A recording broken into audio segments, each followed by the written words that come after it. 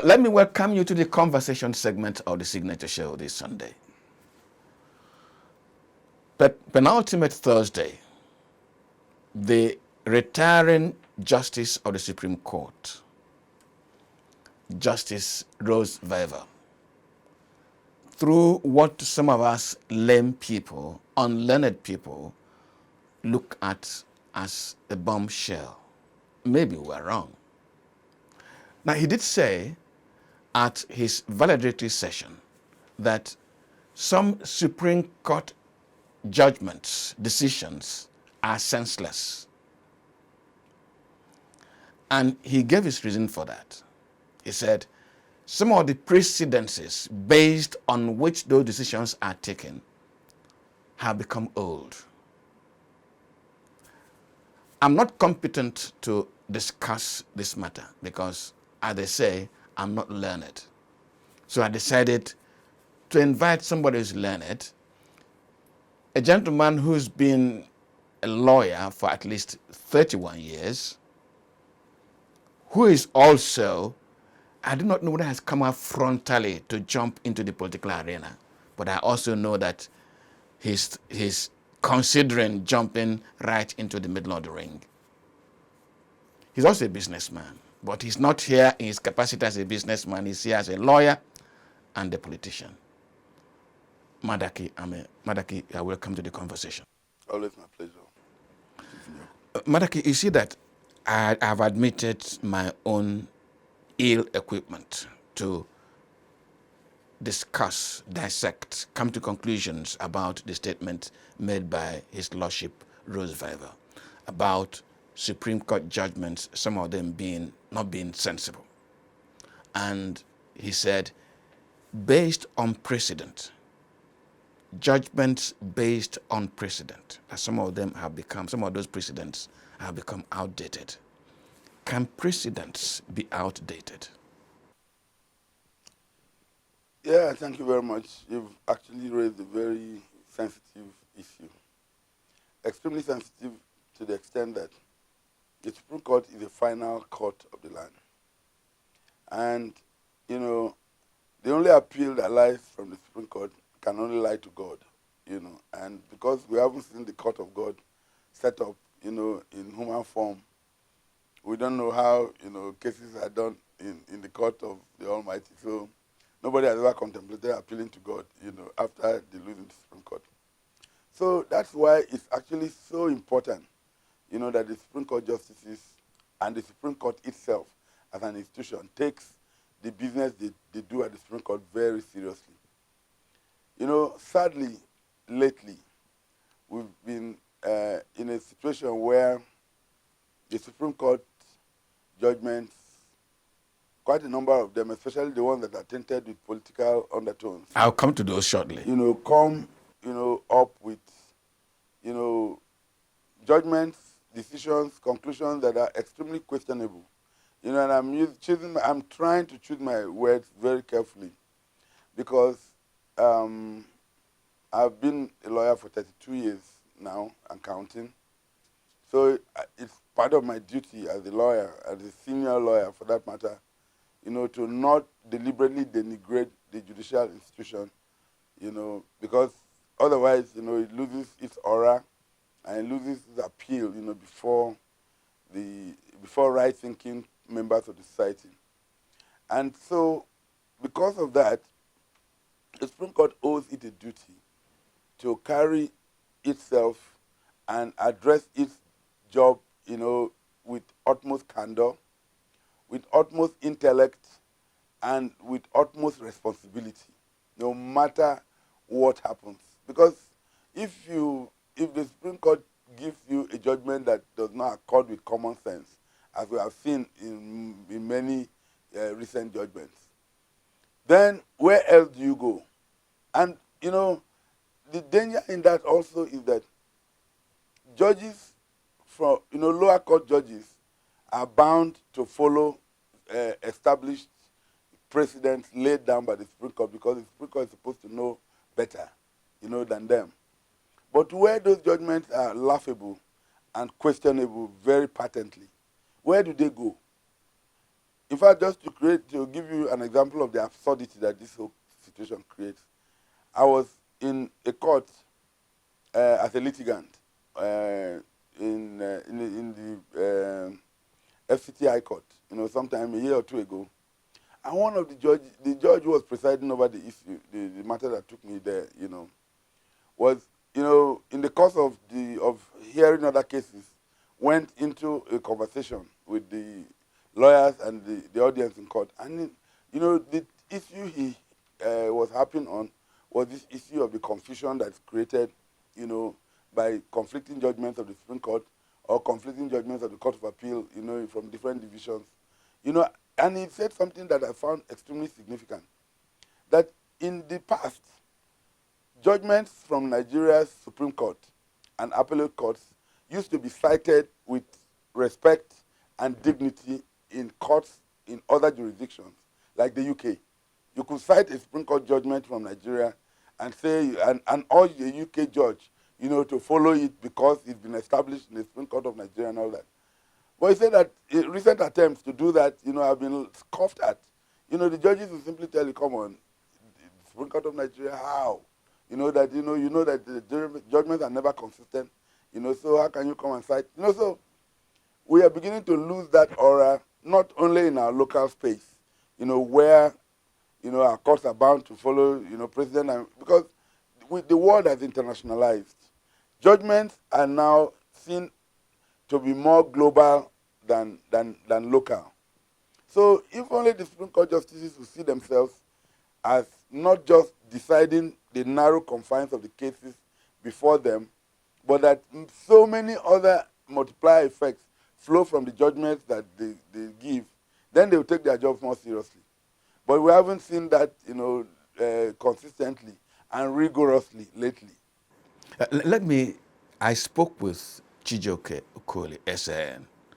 He's a visiting lecturer at the Nigerian Institute for Advanced Legal Studies on this same matter. And I raised a question which I'm going to raise with you now. I said, can political circumstance, economic circumstance, even civilization progression make a verdict by a Supreme Court right at one time and no longer right at another time? He said yes. And what he said to me is that, and he cited an example to me. He said, once in the life of United States, the Supreme Court held that the blacks and women did not have a right to vote. He also cited in South Africa, where the Supreme Court held that apartheid was not just a law applicable, but it was in fact something ordained by God. And the Supreme Court relied on the situation at that time to come to a judgment. But that if the case came up today, both in South Africa and in the United States, that the objective conditions have changed. And therefore, the verdicts that precedent can no longer be cited. Now, why I'm going through this is because, is it likely that Nigeria's political situation, economic situation, social objective conditions could make one Supreme Court decision 30 years ago no longer relevant in fact today? Well, thank you very much yet again. That's a very tricky and interesting question. But you see, we have to look at the circumstances. The situation in these two examples that you just cited, are extremely profound. You know about the history of slavery. You know about the deprivation that blacks have gone through in different parts of the world, including our own South Africa. And you know that as at the time those judgments were given, the governance at the time survived on the strength of white supremacy. So if white supremacy disappeared, then governance also disappeared. And so it was important for institutional stability, for those judgments, for those sort of pronouncements made obviously by racist judges to be made, because racism was the order of the day. And black Africans were seen as chattels who were actually owned, by these people. So if they own you body and soul, then who the hell do you think you are coming to aspire to govern? But of course, thankfully, things have changed. We've witnessed a black president in the United States in our own lifetime, and a lot of blacks have held key positions and they've given them, great accounts of themselves. But the difference in our own situation is that the judgments are not given on account of things that are rocket science or situations that are so completely perverse or outrageous that they are not within contemplation. But there are judgments that are clearly based on either inadequate analysis or, contrived to achieve a particular mischievous, obviously mischievous end, and are so patently perverse that, as a self-respecting lecturer, you cannot stand in front of, students who are seeking knowledge and beat your chest and say, yes, what the Supreme Court said makes sense. Because, law is logic. Law is advanced logic. That's the truth. And if law is advanced logic and the Supreme Court is supposed to be apex, judicial institution, fails to apply logic, in its aggravated sense, in order to come up with the ultimate objective of achieving justice, such that, people leave the courtroom holding their heads and say, God, how? Then quite frankly, the judges should go back home and say, yes, we have done our job. Yes, we have delivered the judgment, but did we deliver justice? And where judgments don't achieve justice, then the judges themselves should cringe and ask themselves whether they are doing the work that they are meant to be doing, and whether we can, in all honesty, refer to them as Mr. Justice. So whatever it is, and that's why their title is Mr. Justice, because you are expected to do justice. So our judgment is actually leading to the achievement of that objective of setting up the institution, which is to attain justice. If it is not, and people cannot sleep well just because you have given a final judgment which nobody can do anything about, quite frankly, it leads to brigandage. It leads to a denigration of societal values as we currently know them. And it makes us a laughing stock. Madaki, let me tell you why I asked that question. To me, it is profound to hear that circumstances of polity, of societal progression, could change a verdict, make it valid now, and not remain valid after things have changed.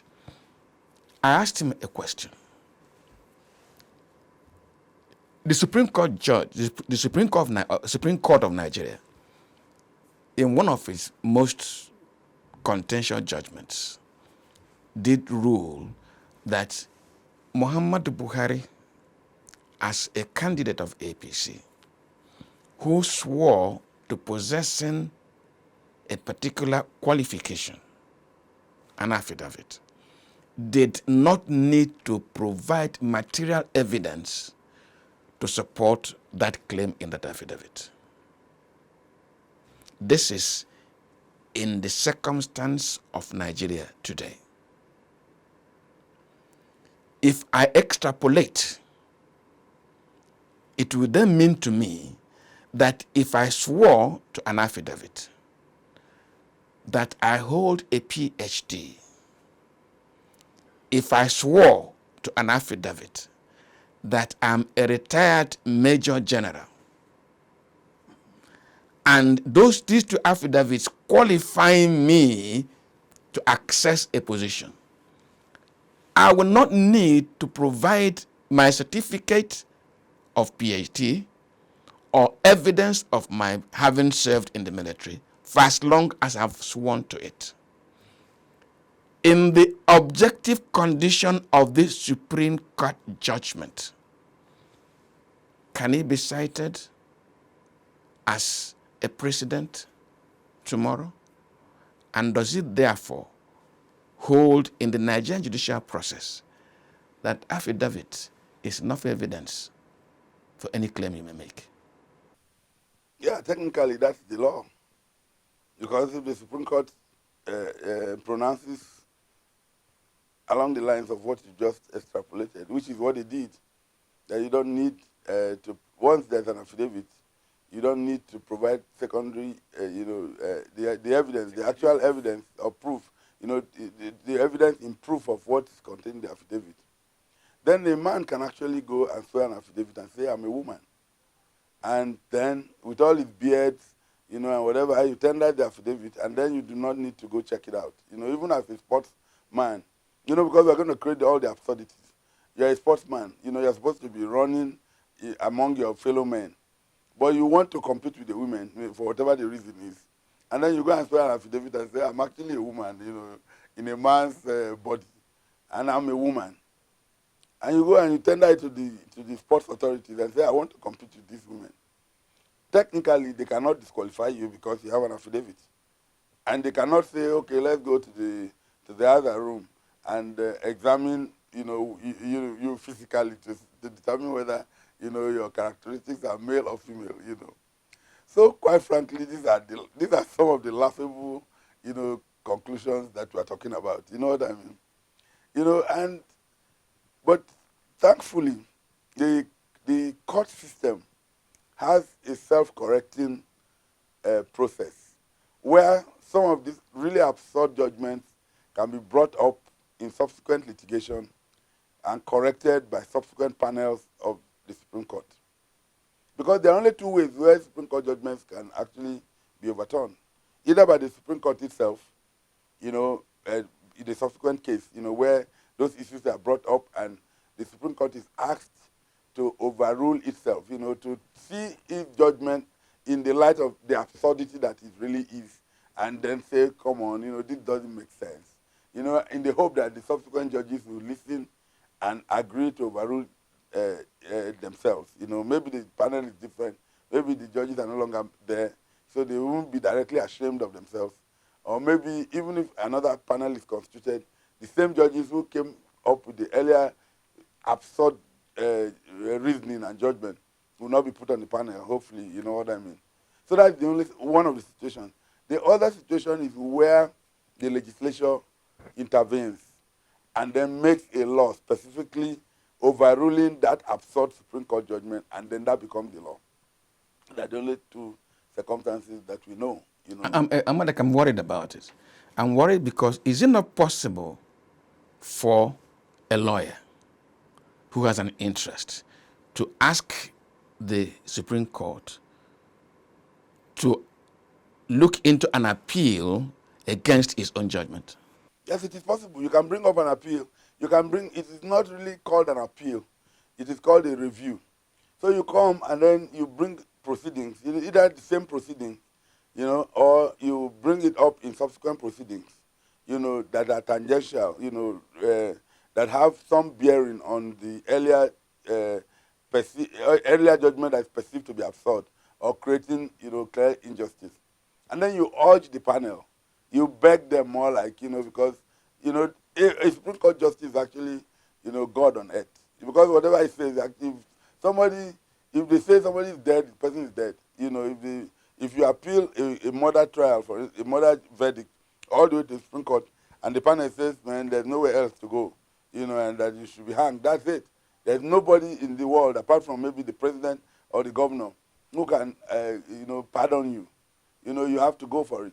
So that's the prism from which I expect judges to take their jobs and hold, and come up with verdicts. Because the judge is actually the representative of God on earth. And if you now go and start looking at other pecuniary considerations, or you succumb to other, you have the capacity to succumb to other influences in order to arrive at conclusions that will stand the test of time, then quite frankly, you don't qualify to be a judge. And I think that's why the criteria for selection of judges should be so much more rigorous than what we find it today. Because if you look at it, cronyism has filtered into the selection process for judges. And I think that it is absurd in law, in my view, and in fact, for the appointment of judges to be subject to executive power. Because if the judges don't appoint the executive, and the executive is separate from the judiciary and the legislature, then why should the judges and the executive doesn't appoint the legislature, but they are appointed directly by the people? Then why would the executive have the prerogative of appointing who a judge should be? So I think constitutionally it is wrong, and it is an error that has been allowed to exist in our jurisprudence for too long, and we must come up with a more ingenious way of having the process throw up the very best that we have, in some way. In America, many of the judges get elected. You have to contest. I think that's also quite absurd, for people to be voting for who a judge should be and who should not be. But in America, anything goes. People carry guns, and shoot each other, and every time they're having memorial services, that's also a joke as well. You get the point? So the whole world is a mix of different challenges, but without challenges, then there is no excitement. So we have to have those difficult questions that we have to continuously interrogate and answer, so that we can purify our society to make them better than they currently are. But I think the system we are running right now, where the president can decide to appoint judges from just one section of the country, and nobody can ask him any questions because he's the president, or he's the governor or something, it's quite absurd. Madaki, there's something else I want to bring up in relation to this before we tackle the second issue we raised this afternoon. And that is, there is a case at the Supreme Court in relation to Uche Nwosu, who ran for the governorship of Imo State on the ticket of AA. And the Supreme Court ruled that Uche Nwosu was the duly selected or nominated candidate of the All Progressive Congress. So he is their duly selected candidate. But that he committed political bigamy after collecting that ticket legitimately. He then went across to also collect the ticket of the AA party. And therefore got him, and then he was no longer the candidate of APC nor that of the AA, and that he got himself disqualified. Yes. But the Supreme Court ruling was that he was the legitimately nominated candidate of APC. The same Supreme Court ruled that Hope Uzodinma of the same APC was the duly elected governor of Imo State. If I'm then also going to do some reasoning, it means that Uche Nwosu was the duly nominated candidate, and Hope Uzodinma was the duly elected, both of them of APC. Can this be a judicial precedent? Well, we live in a world of absurdities, and I don't think anybody, no matter how smart, could have analyzed it better. Because this actually, the way you have analyzed it, throws up the sheer, absurdity of that judgment. And I think even the judges who were on that panel should be cringing. And, if you also remember, when they attempted to revisit that issue in a subsequent proceeding, the Supreme Court virtually scared lawyers from ever attempting to do such a thing by imposing fines on the lawyers in their personal capacity. There were outrageous, award of costs, against the lawyers personally. I remember that, some top senior advocates who dared to raise such issues. People as prominent as Affe Babalola SAN and Wale Lanukwekun SAN, they were actually penalized personally. There were fines of, I think, 10 million naira, because I don't call it cost, those are actually fines.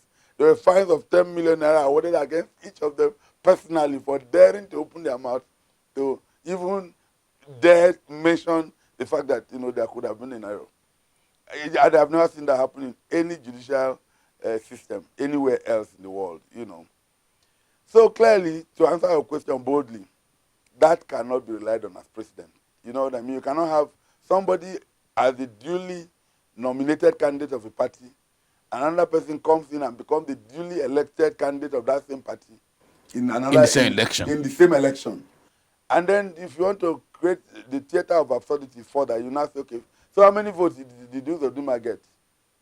So if he's the one that was duly elected, should have to stand up and say, you know, the Imo people, I got, 2,537,115 votes, just to mention a figure. You get the point.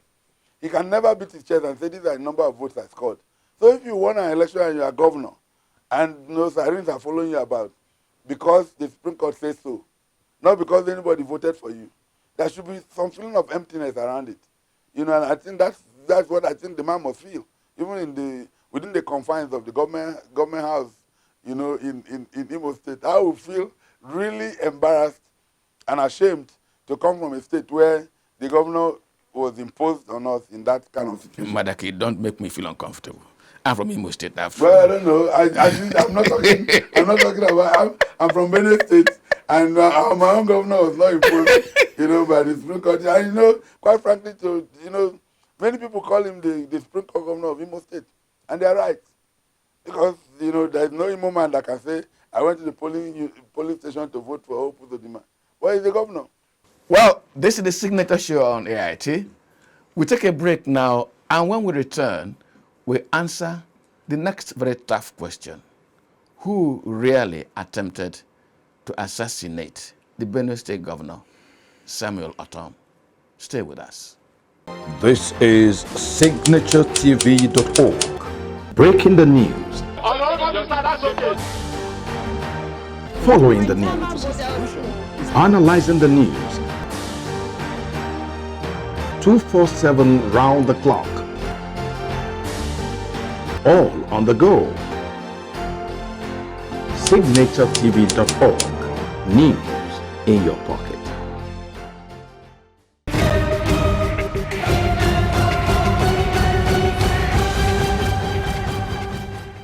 You are welcome back. Now, Madaki, this is happening right at the back of your house. The whole country was alarmed 2 weeks back when the Benue State Governor, Samuel Ortom, was attacked while he was inspecting his farm. The governor said that he had to run close to 1 kilometer, escaping from his attackers. The governor has also pointed at some group, he says, might have masterminded the attack. I have a bigger worry, and that is that the Fulani national movement, some people say faceless, others say, but that Fulani national movement did address a press conference last year when they were ordering some sections of the country to vacate the north. So they're not totally faceless. They released a statement saying that they were responsible for that attack, and that wherever Ortom may run to, he may have escaped this time, that next time he may not escape.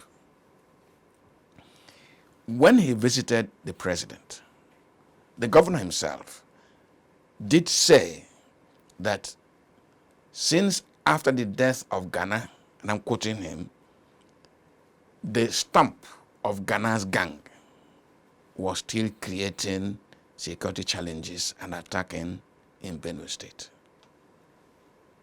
First,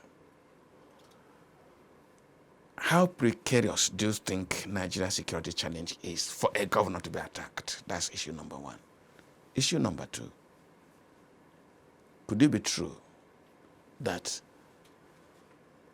there is a Fulani national movement targeting a Samuel Ortom? Yeah, thank you very much once again. This is actually a very profound issue. And as you know, security issues require to be taken very seriously and treated very thoroughly. But we're in a country where people are never thorough, about most things, including security. So we trivialize things maybe because of the denigration of the value of human life, in the country. Otherwise, this actually should be something that will be taken very seriously. It's an investigation which, in my view, should be handled by the IG himself personally, with them giving him moment by moment report, on what has transpired, and with the hope that we actually do get to unravel the truth of what happened, because issues of ethnicity are extremely sensitive in a multi-ethnic country, and in a country, in a multi-ethnic and multi-religious country like Nigeria, where the slightest thing can trigger, conflagrations beyond human imagination. And if you have a government that is not hands-on, in dealing with such issues, as we sadly do have, you discover that when there's a conflagration, so many innocent lives would have been lost, before they will now start condemning and threatening to bring everybody to book. I've heard about that book several times, and I think those books are full now. You get the point? Every single time there's terrorism in this country and people get mowed down in cold blood, all you hear is a government official or some president or governor come to say that, the attacker shall be brought to book. I've not seen a single person brought to that book. And I think if it was a black book, it should be full. If it's a white book, it should be full. Because the number of people whose names should have been brought into that book, that imaginary book of, are very many. You get the point. Now, having said that, I think that whatever happened in Benue needs to be thoroughly investigated, because, to the glory of God, the herdsmen attacks, on villages have gone down drastically due to the proactive effort of the incumbent governor in having the vision and the courage to ban open grazing, which is actually a very primitive culture, which is a very destructive, in fact, and even hazardous practice for those herders themselves. You get the point? Why will you be trekking the entire world just for your animals to feed, when you can keep them in a confined space and give them quality food, and they grow several times better than they will grow if they are dissipating their energy, just roaming on the roads and you trekking and following them? That's such a primitive. If that's the way your ancestors did this business, must you do it that way? It can no longer be done that way. If we follow the pathway of our ancestors, we'll be riding camels today. We'll be riding, there won't be any cars, there won't be any aeroplanes. So why will you be entering an aircraft to go to London when you can actually trek or swim across the oceans? You know what I mean? Or use whatever means to go. You know what I mean? So we are in a theater of the absurd. And when I hear some of these their governors, from some parts of the country, seek to defend, this obvious absurdity, because they say that's the practice of their ancestors. I think those people should be removed for just making those kind of irresponsible comments. You get the point? Because it's clearly irresponsible, and it's clearly a demonstration of the extent of their daftness. They have to be daft to make such comments. You get the point? On things that are extremely sensitive and affect human life. You get the point? There are certain statements you don't make as a leader of a country.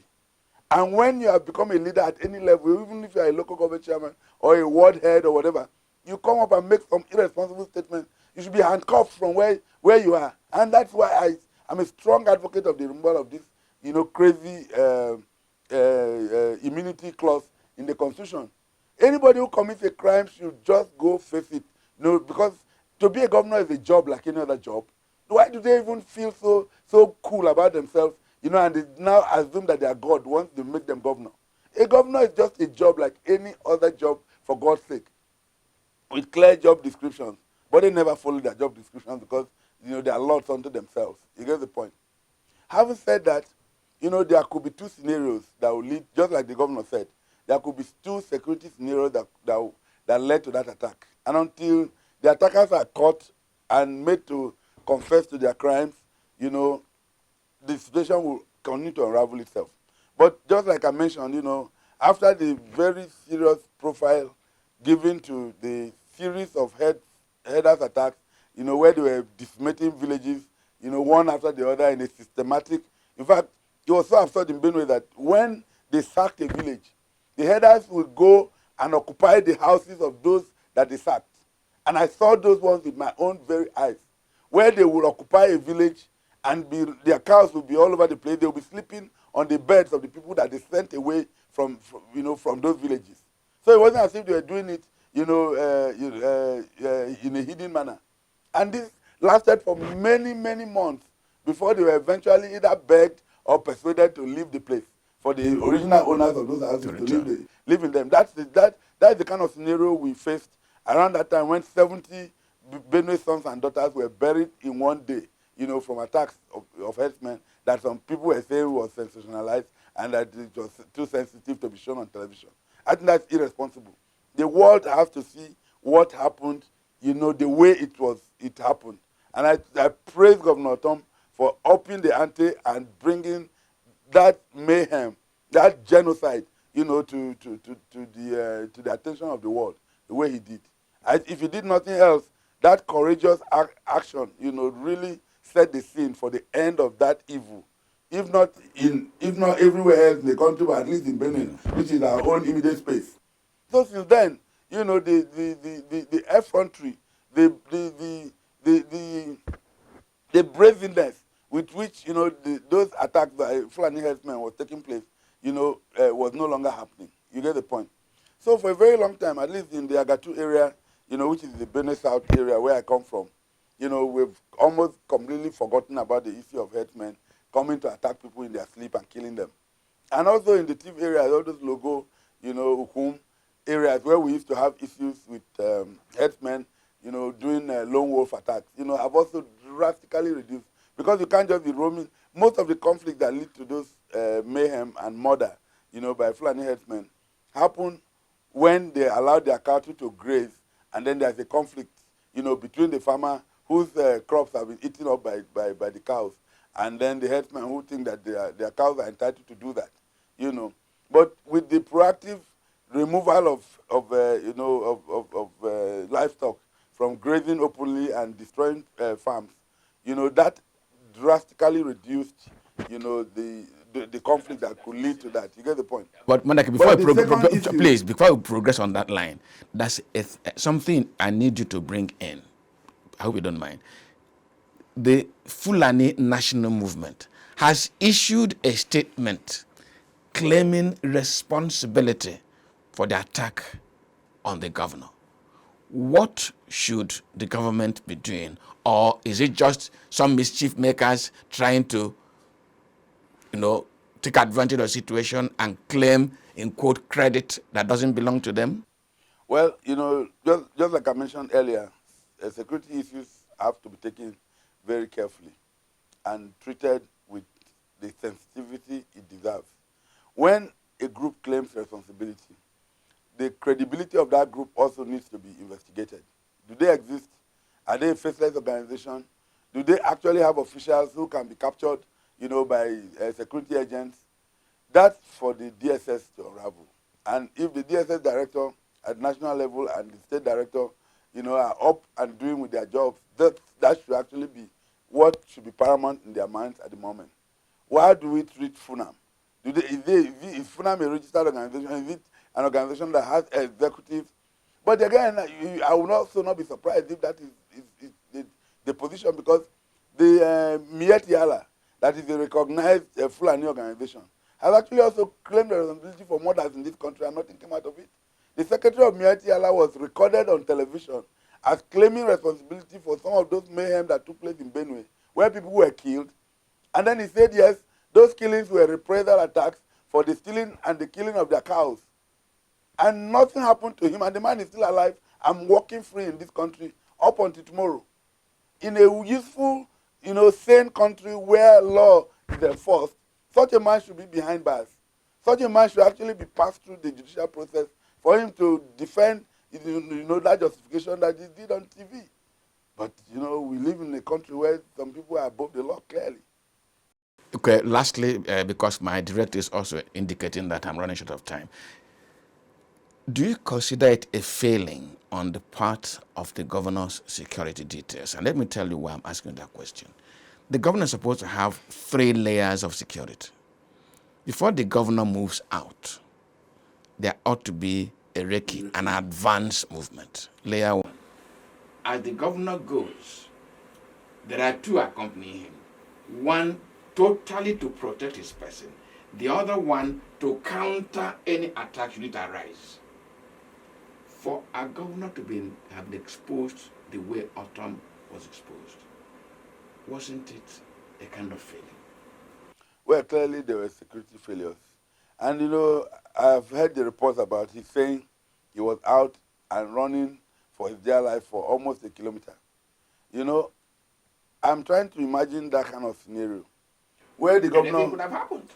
where the governor was supposed to have been in a bulletproof vehicle, and then you'll be exposed and you'll be dodging bullets.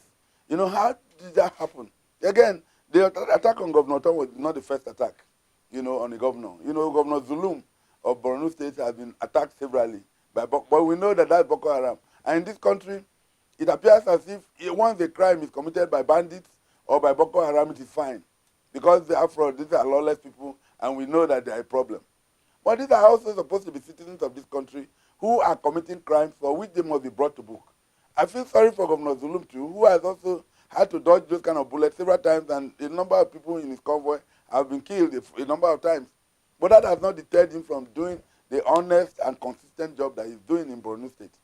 I feel concerned for my own governor, because apart from being the governor of my state, he's also my friend.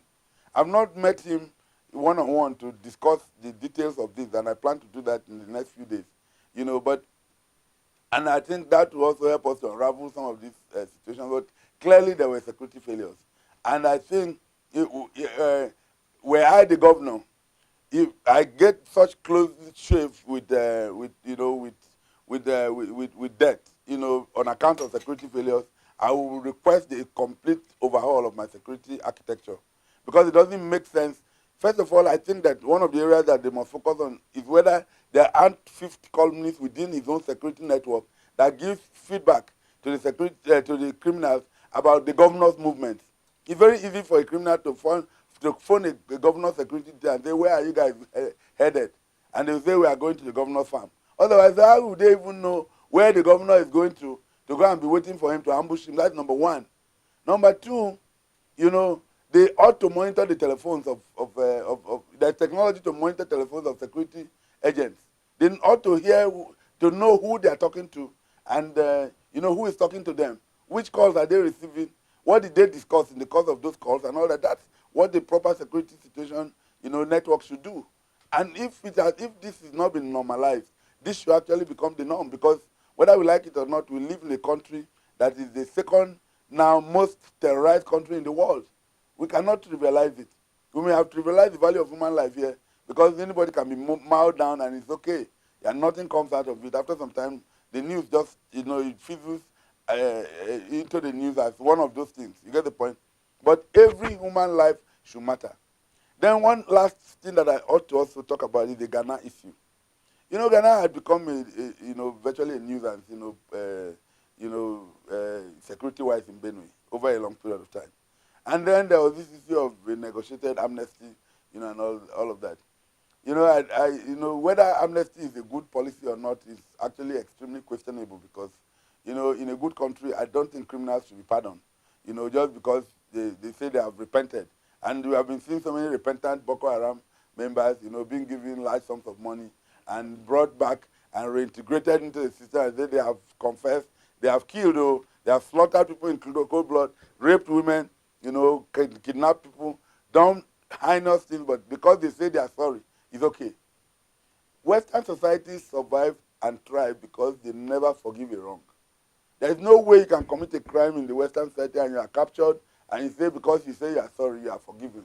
Go and sin no more.